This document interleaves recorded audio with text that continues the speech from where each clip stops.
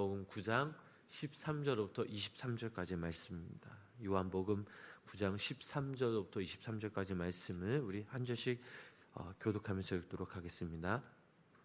그들이 전에 맹인이었던 사람을 데리고 바리새인들에게 갔더라.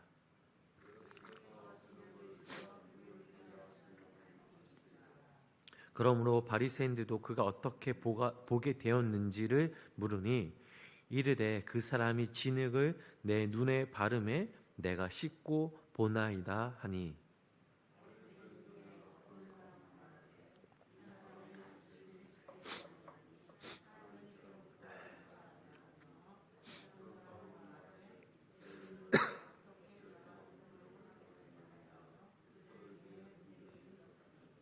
이에 맹인되었던 자에게 다시 묻되 그 사람이 내 눈을 뜨게 하였으니 너는 그를 어떤 사람이라 하느냐?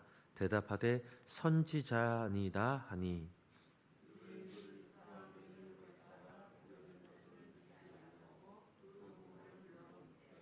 이는 너희 말에 맹인으로 났다 하는 너희 아들이냐? 그러면 지금은 어떻게 해서 보느냐?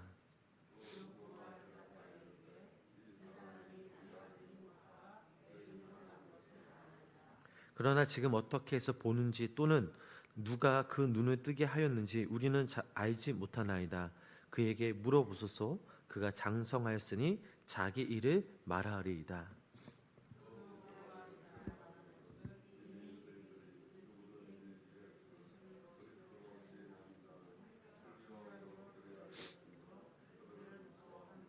마지막 절 함께 다 같이 읽겠습니다. 이러므로 그 부모가 말하기를 그가 장성하였으니 그에게 물어보소서 하였도다. 아멘. 오늘도 하나님의 은혜가 우리 성도님들 삶 가운데 함께 하시길 주님의 이름으로 간절히 축원합니다. 지난 시간 나눈 말씀을 보면 태어날 때부터 맹인이었던 그 한 사람이 예수님을 만나 빛을 보게 되었다는 그 말씀을 함께 나눴습니다. 제자들은 태어날 때부터 이 눈먼 사람을 보고 난 뒤 예수님께 이렇게 묻습니다. 이 사람이 눈먼 사람으로 태어난 것이 과연 누구의 죄 때문입니까? 이 사람의 부모입니까? 라고 이렇게 예수님께 묻자 예수님이 말씀하셨습니다. 너희들의 질문이 잘못되었다라고 하시며 이 사람의 죄는 부모도 아니고 또 이 사람 스스로 죄도 아니고 하나님께서 이 사람을 통해 어떻게 일하시는지 주목해 보아라 라고 말씀하셨습니다. 비극과 절망 가운데 있었지만 예수님의 정확한 그 해석으로 한순간 고난에서 축복과 영광을 바꾸어 놓는 그런 계기가 되었습니다. 예수님께서는 이 눈먼 사람에게 인생의 의미를 새롭게 해석해 주셨고 눈을 뜨고 앞을 보게 하는 복도 주셨습니다. 눈이 멀어 태어났던 사람이 이제 동네에 들어갔는데 이 동네에 소란해졌고 그 사람의 친척과 여러 해 동안 그가 구걸하는 모습을 본 사람들이 이 사람은 우리가 알던 사람, 여기 앉아서 구걸하던 사람이 아닙니까? 라고 물어보자 그 사람이 소경했던 사람이 맞아요 라고 말하고 또 다른 사람들이 맞다고 대답합니다. 그러나 이와 반대로 또 어떤 사람들은 이 사람은 같은 사람이 아니고 그와 닮은 사람일 뿐입니다 라고 말하는 사람도 있었습니다. 결국엔 이 사람이 입을 열죠. 납니다. 내가 바로 그 사람입니다 라고 몇 번이나 확인시켜 주고 난 뒤 사람들은 그제서야 그를 알아보게 되었습니다. 그들이 묻죠. 아니 어떻게 눈을 뜨게 되었어? 라고 묻자 이 사람이 대답합니다. 예수라는 분이 진흙에 이겨서 내 눈에 바르고는 내게 실로암에 가서 씻으라 라고 말했습니다. 나는 그분이 말한 대로 했습니다. 눈을 씻었더니 이렇게 보게 되었습니다 라고 말합니다. 자, 이 말을 들은 유대인들은 도무지 믿을 수가 없었습니다. 하지만 예수님이 그들 앞에 있으니 더 이상 부인할 수도 없었습니다. 하지만 그들 가운데 여전히 이해하지 못하는 것이 있다면 건강과 재물과 장수를 하나님의 축복으로 여겼던 그들에게 지금 가난하며 앞을 못 보던 자가 벌을 받고 있어야 했는데 오히려 이 예수님으로 인해 앞을 보게 되었다는 이 사실이 너무나 이해하지 못했던 것입니다. 주변 사람들이 또 궁금했던 것은 왜 갑자기 이 사람이 예수님으로 인해 치유를 받았느냐라는 것입니다. 또 이 사람을 눈뜨게 한 예수는 누구인지 너무나 궁금하였습니다. 우리 본문 13절, 14절 말씀을 우리 다시 한번 함께 읽어보도록 하겠습니다. 그들이 전에 예수께서 진흙을 이겨 눈에 뜨게 하신 날은 안식일이라. 아멘. 자, 주변 사람들은 그를 데리고 바리새파 사람들을 찾아갔습니다. 여기서 바리새파 사람들은 지역 해당을 담당하던 종교 지도자들이었고 유대인들의 그 백성들의 멘토였기에 이 사건에 대해 그들의 해석을 듣고 싶었고, 다른 하나는 예수님이 진흙을 이겨 눈에 뜨게 하신 날은 안식일이었는데 안식일의 이 엄수 문제에 대해서도 물어보고 싶었습니다. 바리새파 사람들은 예수가 눈먼 사람의 눈을 뜨게 한 것을 사람들에게 어떻게 설명할지 안식일의 그 엄수 문제로 고민하게 됩니다. 또 평소에 이다나라고 몰아붙였던 이 예수가 기적을 일으키자 바리새인들은 당황할 수밖에 없었습니다. 15절 말씀을 보면 그러므로 바리새인들도 그가 어떻게 보게 되었는지를 물으니 이르되 그 사람이 진흙을 내 눈에 바르매 내가 씻고 보나이다 하니 라는 말씀이 있습니다. 바리새파 사람들은 눈을 뜨게 된 이 사람에게 이 사건에 대해서 이것저것 물어봅니다. 한 번 물어본 것이 아니라 물어보고 또 물어봅니다. 왜 이렇게 몇 번을 물어봤을까요? 바리새인들은 두려웠기 때문입니다. 그들은 예수님이 두려운 존재였던 거죠. 그래서 그러나 이 반대로 이 맹인이었던 이 눈을 뜨게 된 사람은 거침없이 또한 분명하게 대답합니다. 예수라는 분이 내 눈에 반죽을 발라주셔서 내가 실로암 못에 가서 내가 깨끗이 씻었더니 내가 눈을 뜨게 되었습니다 라고 분명하게 대답을 하죠. 16절 말씀 계속해서 우리 함께 읽어보도록 하겠습니다.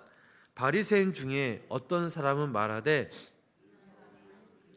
아니 하나님께로부터 온 자가 아니라 하며 또 어떤 사람은 말하되 죄인으로서 어떻게 이러한 표적을 행하겠느냐 하며 그들 중에 분쟁이 있었더니. 아멘. 자, 바리새파 사람들은 눈먼 사람이었던 이의 증언을 듣고 서로 의견 대립을 보이고 있습니다. 이들의 관점은 눈먼 사람들에 대한 긍휼을 여기는 마음이 전혀 아니었던 거죠.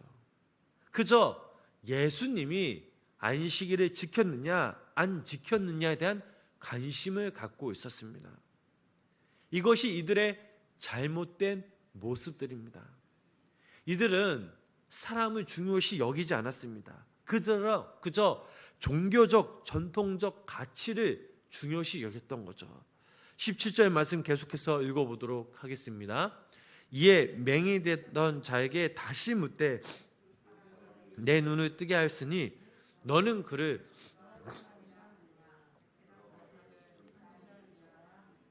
아멘.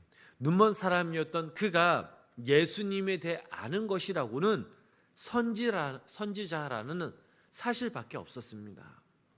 여기서 선지자가 누구냐? 이게 중요하지 않습니다. 중요한 사실은 눈먼 사람이 눈을 뜬 것과 눈을 뜨게 해주신 분이 바로 예수 그리스도라는 사실입니다. 18절 19절 말씀 계속해서 우리 이 말씀을 읽어보도록 하겠습니다.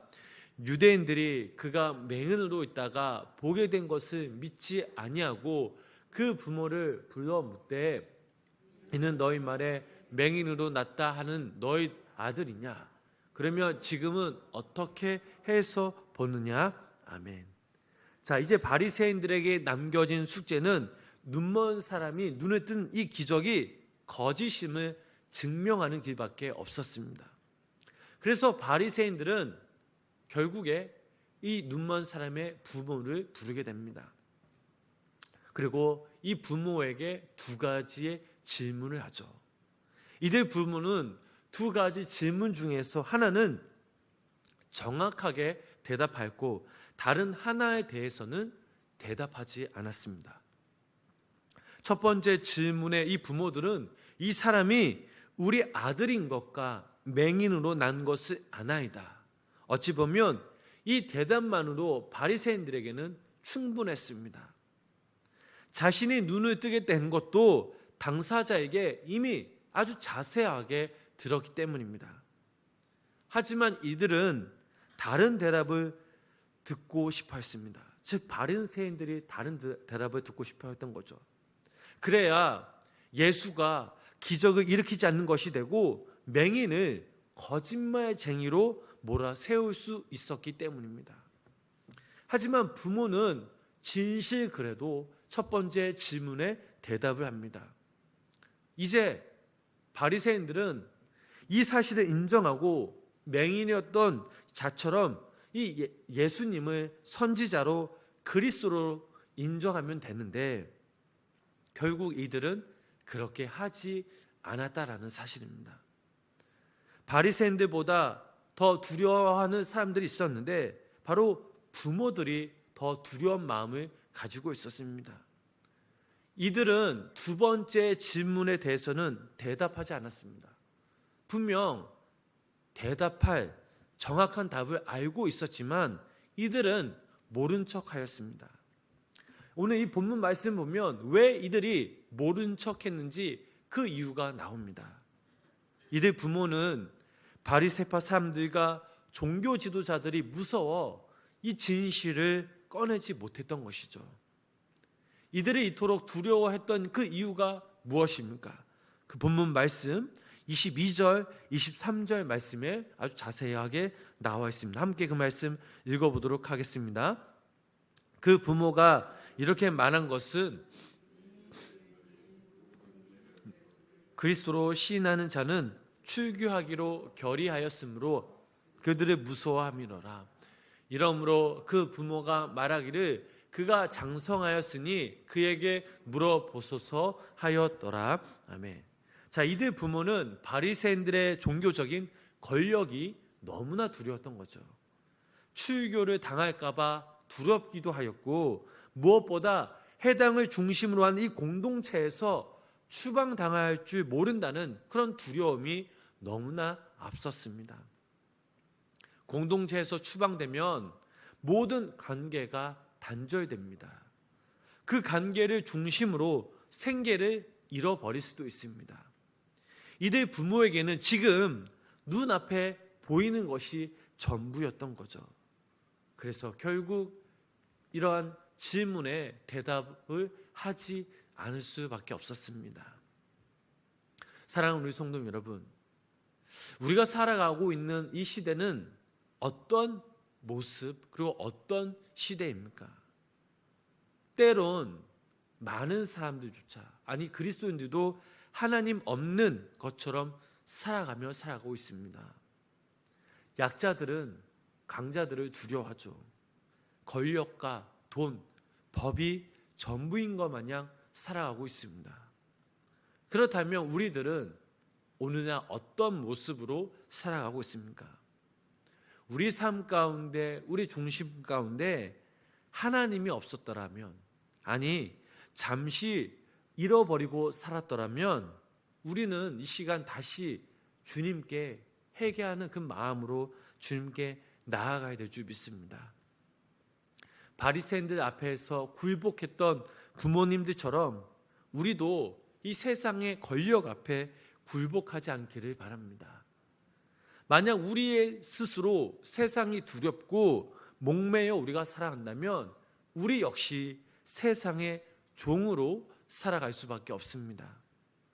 권력이 높다고, 또한 우리가 암만 돈과 재물이 앞선다 해도 우리가 원하는 것을 얻고 입고 먹는 것도 좋긴 하지만, 그러나 이 세상의 전부, 이러한 모습들이 비록 성공한 인생이 아니라는 사실이죠.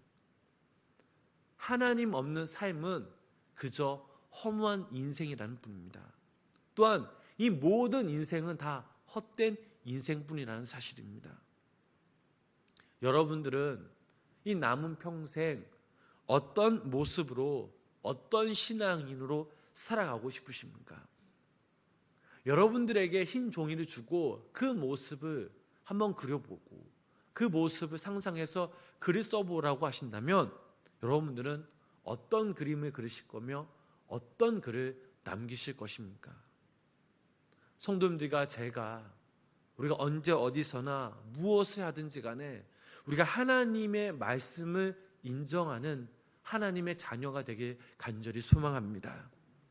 우리의 삶 가운데 늘 하나님을 우선순위로, 가장 첫 번째로, 또한 하나님께 예배하는 예배자로 서시길 소망합니다. 무엇보다 우리 스스로, 우리가 먼저 하나님의 자녀된 우리가 낮은 자리를 찾아가 섬기는 사람이 되고 하늘 소망을 바라보시는 귀한 믿음의 성도님들 삶이 되시길 주님의 이름으로 축복합니다. 바라기는 저와 우리 성도님들이 세상이 두렵고 또 살벌하지만 그럼에도 우리가 하나님을 의지하고 인정할 때 세상은 하나님께 결국 굴복할 것입니다. 우리가 하나님을 더욱더 의지함으로 우리를 통해 선하신 하나님의 능력을 보이며 우리를 통해 하나님의 귀한 통로로 사용되며 무엇보다 우리를 사랑하시고 또 우리를 이끄시고 하나님 한 분만을 우리 성도님들이 바라보시며 나아가실 때에 언제나 우리 성도님들 삶 가운데 하나님의 은혜와 그 평강이, 하나님의 복이, 하나님의 귀한 마음이 우리 성도님들 삶 가운데 충만 임하시길 주님의 이름으로 간절히 축원합니다. 기도하겠습니다. 하나님 아버지, 오늘도 이 추운 날씨 가운데 저희들 부어주시고 하루의 첫 시작을 예배로 시작하게 하심에 감사를 드립니다. 무엇보다 우리가 하나님의 말씀으로 인해 우리의 영적인 눈을 뜨게 간절히 소망합니다. 하나님의 사랑을 날마다 깊이 깨닫고 그 사랑을 우리 삶을 통해 실천해 나가는 귀한 믿음의 성도님들 삶이다. 성령님 함께하여 주시옵소서. 우리와 늘 함께 하시는 하나님을 의지함으로 이 험한 세상 가운데 하나님의 자녀로서 빛과 소금의 역할을 잘 감당케 하여 주시옵소서. 우리 삶 가운데 늘 성령 충만으로 부어주시며 주님의 자녀로서 날마다 하나님을 품고 천국 소망을 바라보게 하시고 또한 오늘도 이 시간 우리가 간구하는 마음, 간구하는 기도의 제목을 들어주시옵고 하나님의 그때에 선하신 하나님의 방법으로 응답받는 놀라운 역사가, 그 기적이 우리와 함께하여 주시옵소서.